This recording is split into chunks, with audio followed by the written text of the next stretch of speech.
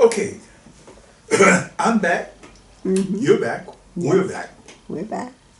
And matters have gone on, and here's where we are. I've missed a day and a half because I had to get myself some rest. I was sleep broken, and so now that I've caught up on my sleep, Yeah. I'm back into the book. Ah. I read, the last time we were here, I read the first page of the new chapter, Yes. which is chapter 20. Yes. And what has happened is that the sneaky guys have stolen Mr. Bliss and hidden him away in sort of gilded captivity. And Richard Sharpe and his wife, Maxwell Waters-Sharpe, are going to steal him away. Hey, I like that. Yeah, Yes. so this is what's happening. All I'm right. setting you up for that. And, Okay, may I see the book cover? well, I'll just do that right now. Okay. And that is Bonobo Bliss. Mr. Bonobo Bliss. Mr. Bonobo Bliss, a.k.a. Bo. All right, by Odie Hawkins, can be purchased on Amazon, Barnes & Noble, or at Author House. Thank you. Here we go. Maxwell Waters, Mrs. Maxwell Waters-Sharpe, is doing an unaccustomed thing, which is to try to seem humble and Coy. feminine and Yes. so forth in order to try to get what she and her husband want. They're being they're being led into this inner sanctum that holds Mr. Bonobo Bliss captive. Mr. She addressed the man behind the desk. You may call me 1101, the man behind the desk announced. Should I pronounce that Mr. 11011 or 1101? She asked Dick. Dick got it. He's playing on the sucker. Go, Max, go. Mr. number 1101 blinked for the first time since they'd met. Well, I guess 1101. Thank you, she continued in this mysteriously feminine kind of attitude he'd never witnessed before. Mr. 1101, we're here on a matter of national security, a matter that will no doubt affect the history of aerospace behavior forever. She paused dramatically, allowing the importance of her message to sink behind Mr. 1101's inscrutable mask. He betrayed his interest by the barest blink, twitch of his left eyelid. Yes, we must have your vow of strict confidentiality before we go any further. Yes, of course, Dr. Waters-Sharpe, you have my word. They could easily imagine the tape being exchanged for fresh ones, audio/visual scanning. They knew that they were being monitored from every angle. Good. This is a very delicate matter, you understand. Mr. 1101 nodded in agreement. Yes, I understand. We have it all on video. I'm not going to put my ass at risk no matter what your credentials are. Mr. 1101, as you may or may not know, my research group, the Maxwell Waters-Sharpe Research Group, is directly responsible for the creation of Mr. Bliss. I'm aware of Dr. Sharpe, and you have some awareness of the reason he was sent into space with the female crew of Tomorrow 2. Dick Sharpe took careful note of the smirk that crossed 1101's stoic expression. She's getting to him. She's getting to him. Yes, Dr. Sharpe, I'm aware. The man made the correct answer, but they could see that he wasn't quite clued in yet. We must see the humanoid, Mr. Bliss, immediately. A moment of indecision gripped 1101's expression. Dr. Maxwell Waters-Sharpe, designer, project head of the research group. Mr. Richard G. Sharpe, director of the Napa console. Top secret, top of the line folks. What should I do about this? Please follow me. 1101 signaled to one of the security men to press a hidden button in the unadorned door.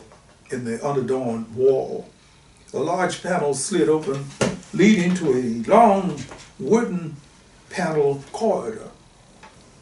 They followed their guide through the corridor, and at the end, up 12 steep steps, they both counted, to a large sunlit room with a library on one wall. A gorgeous art prints of various schools the Impressionists dominated, closely followed by Picasso's Blue Period. 2 comfortable sofas and matching chairs. Mr. Bonobo Bliss sat at a desk facing the barred picture window. He turned slowly to welcome his guests with a bright smile and a stiff-legged walk over to embrace the Sharpes.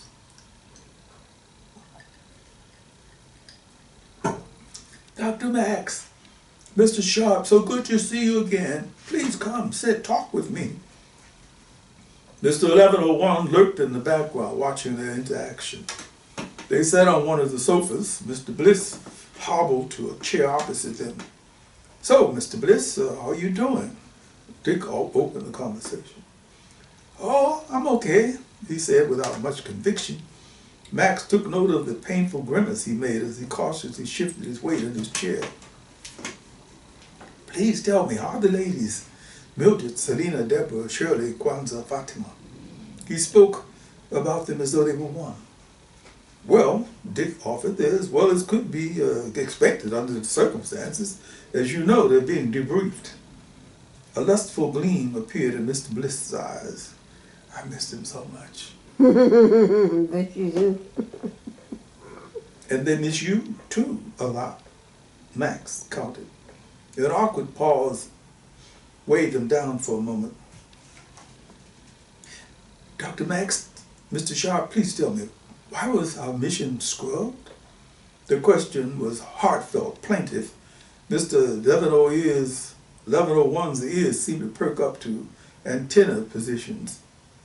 Dick signaled to Max that he would handle it. Bliss, it's a very long story. I'll just give you the shorthand version. It was done in the interests of national security. They could tell from the blank expression he gave them that the explanation didn't mean a lot. Max got up slowly and strolled over to Mr. 1101. Mr. 01, the name is 01, Dr. Waters-Sharpe, 01. Sorry, Mr. 01. I didn't intend to slight you in any way. She made an elaborate apology, but felt like laughing. Have to stay on message here. These babies are not playing around. I wonder if you step over here with me, please. Mr. 1101 made cautious steps to the far corner with her, but never took his eyes off of Dick and Mr. Bliss, talking casually about how fascinating the view was in outer space. The feeling of freedom that earthbound types would never know anything about the astronauts. Well, what is it? Dr. Waters-Sharpe, 11 asked, a bit peevishly. I'll come straight to the point. As you know, I'm the person responsible for Mr. Bonobo Bliss's existence. She wanted to pop Mr. 1101 for his impatient nodding up and down, and Mr. Richard Sharpe, my husband, was responsible for taking advantage of Mr. Bonobo Bliss's unique talents during this recent space probe. Dr. Waters-Sharpe, I can assure you that I'm quite aware and up to date on all the matters pertaining to our Mr. Bliss.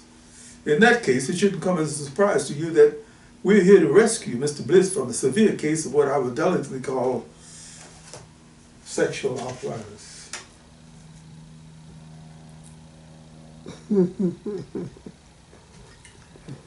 Sexual arthritis, got that? Dick glanced at the stunned expression on 1101's stoic face. She's getting to him, she's getting to him. He focused on making Mr. Bliss understand why they were there without actually saying it. We're here to help you achieve flexibility again. Do you understand? Yes, I think so. I'm really hurting my joints. Mr. 1101 stared at Dr. Maxwell, uncertain now what to say. It's going to take us approximately 3 hours to do what needs to be done. Otherwise, you're going to have a decrepit old man on your hands, one who will not be able to give you any of the information you want, nor will he be able to function as he once did. Are you getting me, Mr. One? Yes, I think so. What are you planning to do? She stared at him coldly as though he was a complete fool for asking such an asinine question. Mr. One, we're discussing matters of national security here, and I can assure you that Mr. Sharpe and myself would not be here if this situation did not need our immediate and expert attention. Mr. 1101 took a deep breath and swallowed hard. Dr. Maxwell Waters-Sharpe and Mr. Richard Gregory Sharpe were major league players on the space program scene. He knew that. The bureaucracy hadn't informed him of their current pariah status that was hours away. He decided to play it safe. So, Dr. Maxwell, what are you proposing? I'm not proposing anything. I've just told you what we plan to do, what has to be done. We're going to take Mr. Bonobo Bliss out of this environment for approximately 3 hours. There will be forms to be filled out, you understand, for us to release Mr. Bonobo Bliss into your custody. Yes, of course. You and Mr. Sharpe will have total responsibility for. She cut him off sharply, completely on her game. Mr. 1101, we've always had total responsibility for Mr. Bliss. She had worn his bureaucratic facade down to a nub. She signaled to her husband. It's on. We got him. 3 hours, you say? Mr. 1101 spoke with fake joviality. Max met him with a serious reply. 3 hours, more or less. Let's move. As you can see, the humanoid is becoming more and more inflexible with each passing hour. She had made an intuitive decision not to say Mr. Bliss, but humanoid. Mr. 1101 whispered, we've made extensive time-lapse motion studies of him, of the humanoid, since he's been with us. And, well, what you're saying is true. He's becoming less flexible all the time. 3 hours, you say? It may not take that long. The forms in my office, they will require your signatures and reasons, of course. She signaled to her husband. Well, what will the humanoid need, Dr. Waters-Sharpe? It's a warm day. He's dressed in canvas shoes, slacks, a polo shirt. Those items should be sufficient. Perhaps you could supply him with a canvas windbreaker. He has those items in his closet. A gilded cage, that's what it was. Well, I guess we're all set. Mr. Bliss looked slightly confused for a moment till Dick Sharpe held him up by his elbow and reassured him, it's going to be okay. It's going to be okay. You'll see. 45 minutes later, they were escorted to their car by Mr. 1101 and 3 of his assistants. Mr. 1101 was close to being obsequious.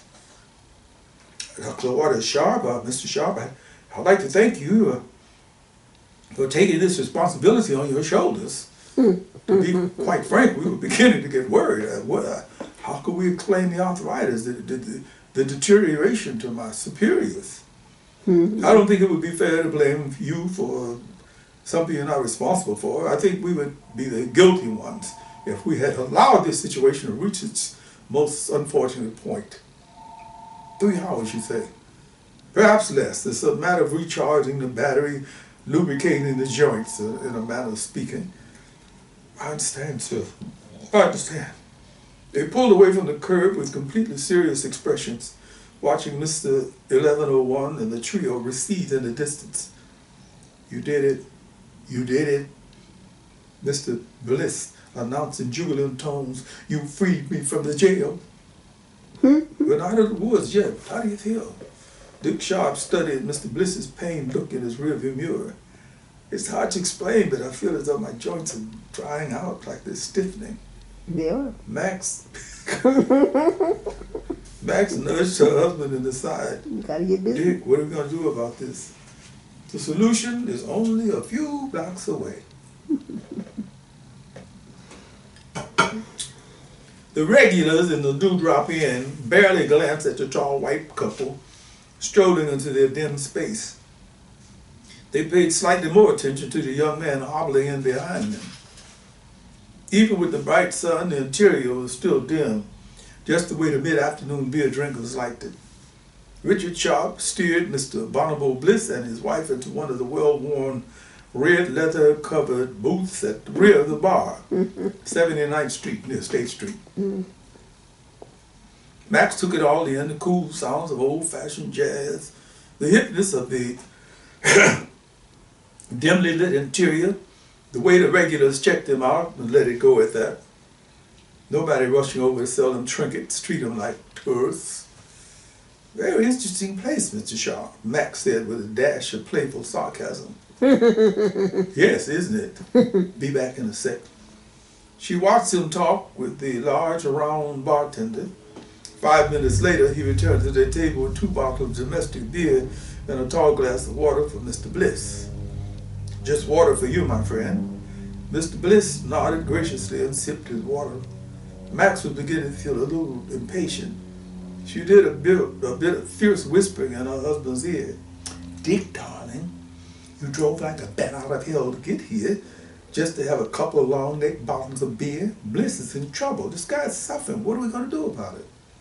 Dick Sharpe smiled and nodded toward the door as a dark-skinned woman in a miniskirt with a low cleavage blouse, hauling pounds of attitude, and a Coca-Cola bottle shape came in. Max, darling, I think the answer to your question may have arrived.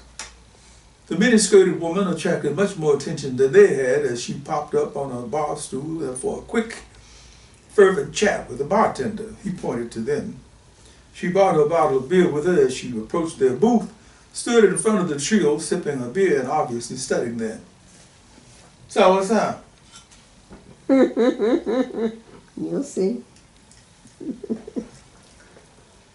Max felt like laughing aloud. She turned to Dick and winked. You're a sly dog, aren't you? Well, I wasn't always a married man, was I? He replied and gestured for the lady in front of them to sit down at their booth. May I ask your name? He asked in a super polite voice. My name is Tremonisha Sequoia Smitherson. Of course it is. That's what my mama named it. But most of my friends call me Lulu. Okay. Lulu, very nice. This is my wife Max and our friend Bliss. Lulu took another slug of beer and peeled out 2 sticks of gum from a small utilitarian purse. Yeah, now we got that straight. What's up? Dick rushed right into it. It's about our friend, this guy here. He needs help. Lulu made a quick expert study of Mr. Bliss's slump, his lackluster vibe. Mr. Bliss managed a weak smile in her direction.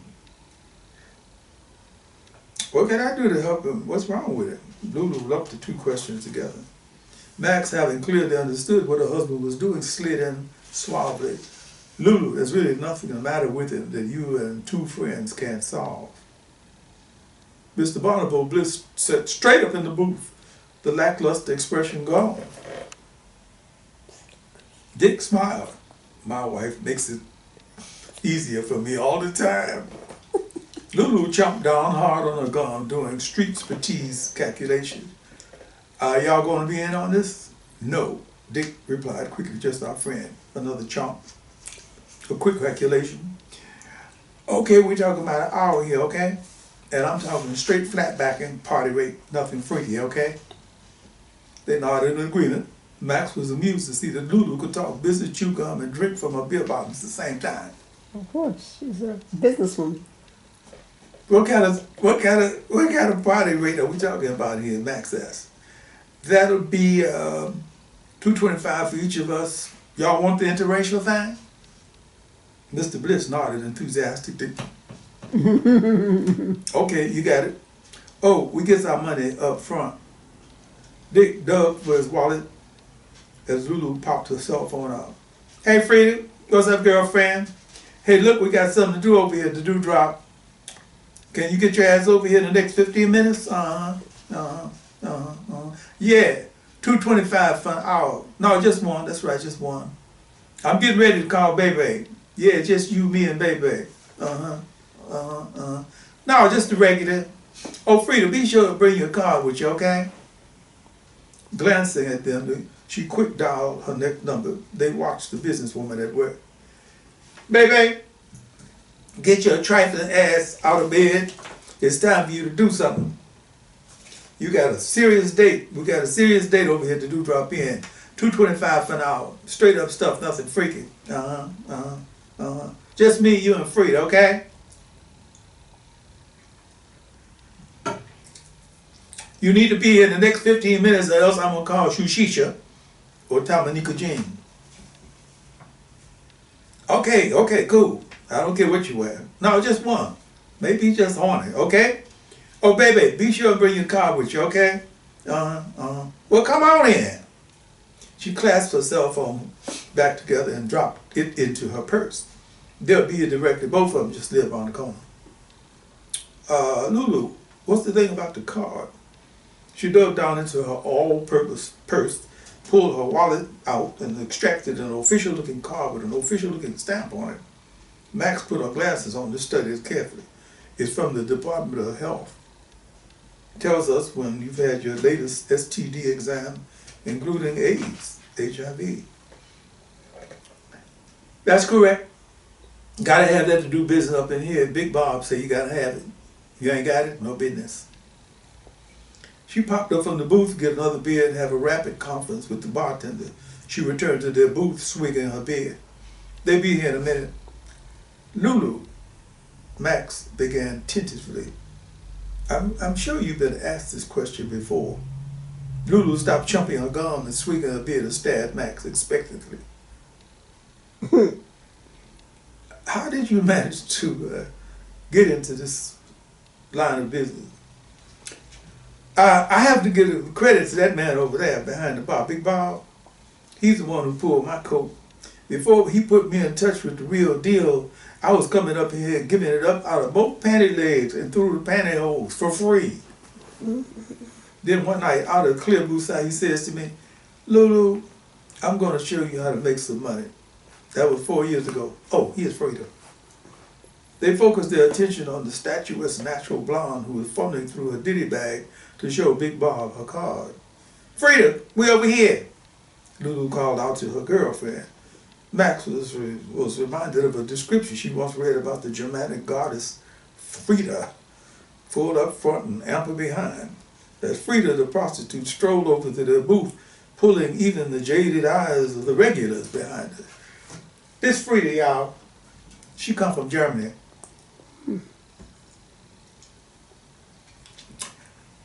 Frida shook hands all around and squeezed into the booth beside Mr. Bliss. He nodded pleasantly in her direction, all signs of his lackluster vibe gone. Baby, an exotic racial collage of African American, Native American, Mexican, Thai, Polish, slammed through the door, climbed up on a bar stool to show Bob her card, and rushed over to the booth. Let's get it on. I got something else to do at 5:30. A regular. Shit, we could have been done if you had been on time. Stop, Lulu. I'm here. What's the deal? Max and Dick exchanged humorous glances. These were obviously good friends. Lulu made them all smile by pointing to Mr. Bliss and saying, "We all here. It's on you now, Big Daddy." Dick folded $725 to give to Lulu. Not me, honey. That goes to Big Bob. Max felt like screaming, "Don't let this guy exploit you like that." Dick passed the money to the bartender and asked, "Where?"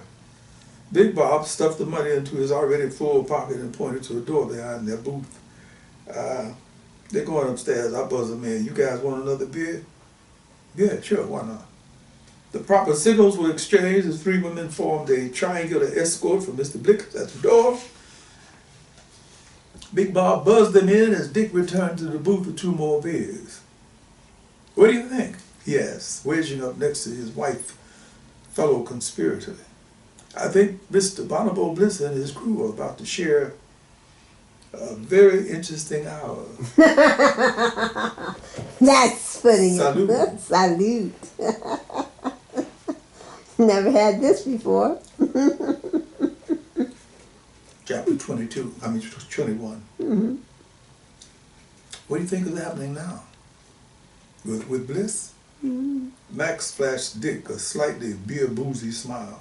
"No, Mr. Sharpe. I have a fairly good idea of what's happening with Mr. Bliss. I was thinking of our friends at the detention compound. That's a good word for it. We've been free away from a place for approximately 2.5 hours now. My guess is that Mr. 1101 is beginning to sweat a bit. And within 3 hours exactly, he's going to come to the awful conclusion that he's been had. I think at that point he will either commit suicide or call James Harley, the oversight panel chairman, and start crying.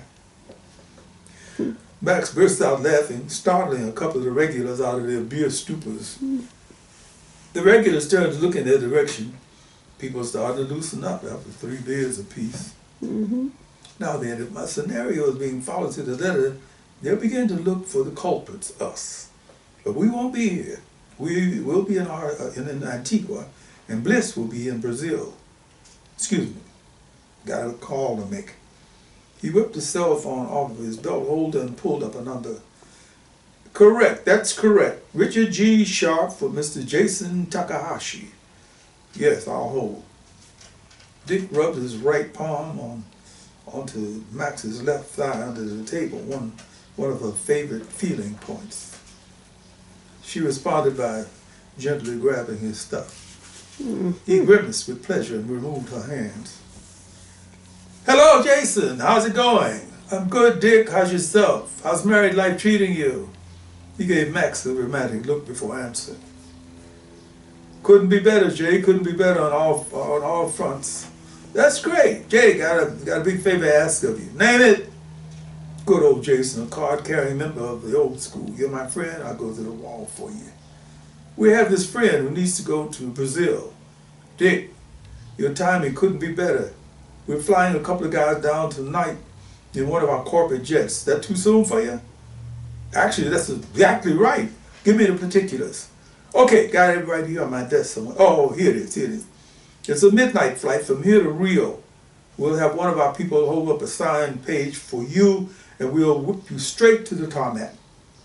Jay, just a couple of complications. Our friend doesn't have any papers. What's your friend's name? Merlin Bliss. Merlin, like the medieval magician, huh? You got it. No problem. I'll put my secretary right on this. We'll list your Mr. Bliss as a member of our executive board or something. Don't worry, we'll have whatever you need when the plane lands in Rio. Jay, thanks a heap, pal. Just returning one of the favors you've done for me over the years. Say, when can we get together to do lunch? I'll call you. Oh, one last thing. Who's meeting Mr. Bliss in Rio? One of Enrique de Souza's people. Enrique de Souza, the ship owner, the guy who owns half the Amazon? One and the same. He's somebody I'd like to get to know. I'm sure that the Takahashi Corporation would benefit. I'll give him your number. Terrific. And don't forget lunch soon, without a doubt. Maxwell studied the focused attention, the focused expression on her husband's face. I love this man. He was pulling up Enrique de Souza's private number, signaling the bartender for 2 more beers. The bartender signaled back, come and get him. This is Richard Gregory Sharpe calling Enrique de Souza. Yeah, that's correct. Richard Gregory Sharpe, the director of the Napa Council. Yes, I'll hold. Max strolled over to pick up their beers, charming Big Bob with a thank you smile. I would have brought him over, lady, but we don't give table service till after 5 p.m. Sorry. That's quite all right. I need to stretch my legs anyway. He studied her figure as she walked away from the bar. Damn, you got a lot of legs to stretch too. So how's the phone man doing? I was put on hold, then lost. I finally got through, but now I'm waiting for his cell phone ringing, interrupted his recitation. A big, rich grain Portuguese accented voice burst through the cell phone speaker. Hello, Richard! Hello, Richard! This is Enrique. How are you, my friend? Better now that I've finally gotten through to you. Oh, I'm so sorry about that. But you know this Brazil, eh? We say Brazil is a country of the future and always will be. Richard could easily visualize his friend surrounded by desk filled with papers to be signed, flunkies to be directed, and an empire to be managed. He could make himself appear to be relaxed, laid back, but he was always busy, always about the bottom line. So, my friend, what can I do for you today? And Hickey, a friend of mine is taking a corporate jet, midnight flight out of here. His name is Merlin Bliss. Bliss, I like this name. I like this name. He's a special person who will need your help for about a month or so until he can get himself organized. Dick listened to D'Souza give rapid fire instructions in Portuguese to somebody. It is done, Richard. Now I'd like to say to you once more again, when you're going to take up my offer to come to Brazil to do a little something for D'Souza Enterprises. And he could give me a month to make a decision about that. I'll call you next month, same day.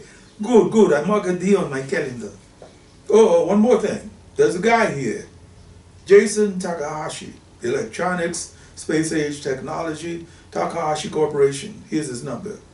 He gave D'Souza the number knowing that Jason Takahashi would probably be called by one of D'Souza's flunkies within the hour. D'Souza didn't drag his feet. If Gregory Sharpe thought enough of this person to give him his number, he must be a person of interest. Okie dokie, Richard. I have to go now. Look forward to hear from you next month. Don't worry for nothing. Your friend Bliss will be taken care of. Enrique D'Souza was already given more rapid-fire instruction before the phone connection went dead. Dick clapped his phone shut and took a celebratory swig of his beer. There. That takes care of Mr. Bliss. Now, all we have to do is rush back home to pack, and he took note of the mischievous look in her eyes. What? Dick, if you were guilty of a crime, would you rush back home to wash your hands? He looked genuinely puzzled for a moment. Oh, my goodness. That's the first place they would look for us, wouldn't it? I think so. No stuffings. Don't fret, we have getaway garments in the car trunk. And what have we ever worn in Antigua but swimming trunks and bikinis? The bikinis seem just right for you. Have you ever tried one on? Not while you were in it. They were feeling effervescent after several bottles of beer and the successful heisting of Mr. Bliss. Dick took a hard look at his watch. He showed her the time. Looks like we're running a bit overtime here. Mm-hmm. Big Bob, the bartender, took note of the time too, as he polished glasses and served newcomers. He was beginning to look slightly annoyed. A phone jangling behind the bar grabbed his attention. He cupped his hand over the receiver to keep his conversation private. They watched him hang up and stare at the phone for a few seconds. He waddled over to them looking like a black Jackie Gleason. Look, folks, I don't quite know what's been going on up there, but Lulu just called down and asked for a half-hour extension. Max, sensing a little game about to surface, raced to head Big Bob off at the pass. The extension is fine, but we commissioned those 3 ladies for an hour, and that's what we paid for up front. We're not prepared to pay any more. Big Bob whipped his cell phone out and dialed upstairs. Lulu, look, y'all got to cut this short now. These folks have paid what they done paid for. What? What? They watched the flesh around Big Bob's jaws tremble with anger, outrage. He mumbled more to himself than the person on the other end. All right, okay, you win, just hurry it up, okay? He replaced his cell phone back in his belt holder and bit his bottom lip, doing a neat pivot back to the bar. Lulu say they giving your boy extension for free. Dick and Max bent their heads toward each other, covered their mouths and giggled like school kids. 45 minutes later, they turned and started the rear door to watch Bebe, Frida, and Lulu stagger out, followed by Mr. Bliss, a glow on his ebullient face. I bet. Bebe looked as though she was about to fall asleep as she slid into the booth. Frida's face was flushed beet red, and Lulu's wig, which they hadn't previously noticed, was twisted at an off angle looking like a rapper's baseball cap. None of them was chomping on their gun. Mr. Bliss wedged it beside Lulu. Big Bob looked over at the trio with disapproving eyes. What the hell is this? Max and Dick looked from one exhausted, blissful expression to another. Dick spoke in a joking fashion. Well, looks like everything worked out fine. Baby nodded in agreement and stared into Mr. Bliss's eyes. Hope to see you again, Mr. Bliss. I'm going to go home and take a long nap. She didn't even pause to say a word to Bob as she staggered past the bar and out of the door. Yeah, I'm also going, darling. You're coming back soon, I hope. Mr. Bonobo Bliss shrugged his shoulders, not denying or affirming that he would return. Frida stood, a statuesque Nordic goddess, and gripped the back of the booth to stabilize her balance. Sorry, just a little lightheaded. Not a problem. Big Bob, wiping up the bar, threw the towel down as Frida staggered past him. He was utterly disgusted with the hose. Mm-hmm. Lulu leaned over and planted a gentle kiss on the side of Mr. Bonobo Bliss's face. Boy, you just wonderful. You know what I'm saying? You're just wonderful. You are too, Lulu, he said, his voice filled with sincerity. Look, I'm going to get on now, but you know how to get in touch with me and stuff, okay? Okay. And you don't have to worry about no money, nothing. You know what I'm saying? I know what you're saying. She stood and stared at him for a full 10 seconds. You just showing up pure ID wonderful. You know what I'm saying? You know what I'm saying? He nodded. Yes, yes. I know what you're saying. Mm-hmm. Mm. Lulu bumped into the bar stool, slowly weaving her way to the door. Lulu, Big Bob called to her. She turned toward his voice as though he was invisible. Yeah, what? What was all that about? She shook her head, twisting her wig into an even more grotesque position. It's a Bliss thing. You'll never understand. I guess not. Big Bob and the regulars flicked their eyes from Lulu to Miss Bliss, Mr. Bliss, and back again. It's a Bliss thing, Bob mumbled. What the hell was that supposed to mean? Well, I got the money, that's what counts. And beginning next time, we will be on chapter 22. As you can see, it's a Bliss thing. It's a Bliss thing. Oh. It's a Bliss thing. No, yes, up and away. That's the Bliss thing. That's right. Oh, goodness. I guess his arthritis is cured. That's what he needed. So I guess that's what more of us need. it's a Bliss thing. It's a Bliss thing. Better than W.D. Hardy. Lady Bliss to Mr. Bliss. That's right. It's a Mr. Bliss Bliss. thing. All right. Along with Okay. itness.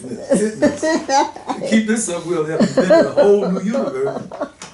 So that is, and we'll continue with the fun, I guess, sooner than next week. Okay. Because it's almost, I think, about 2 more chapters, and All right. so I'm getting such a kick out of it, I think I would like to carry it on. Yes, wrap it up. Well, 2 chapters at a time that we'll do it. Yeah. That was 2021. Fantastic. Thank you, Mr. Odie Hawkins. Okay, and this is This is Mr. Bonobo Bliss. And there you go. Again, can be purchased on Amazon, Barnes & Noble, or Author House. Their website is www.odiehawkins.com. got it. Folks, if you like this channel, please subscribe and hit the button like. And remember, we have Zoom on Sunday, which we YouTube it also for you. And we also have A Moment in Time, which is another channel, A Moment in Time, which we'd like you to subscribe to and follow us on that as 2 elders rap. Is that what it is? Yes, in moments. I would like to say 2 rappers. No, you got it right.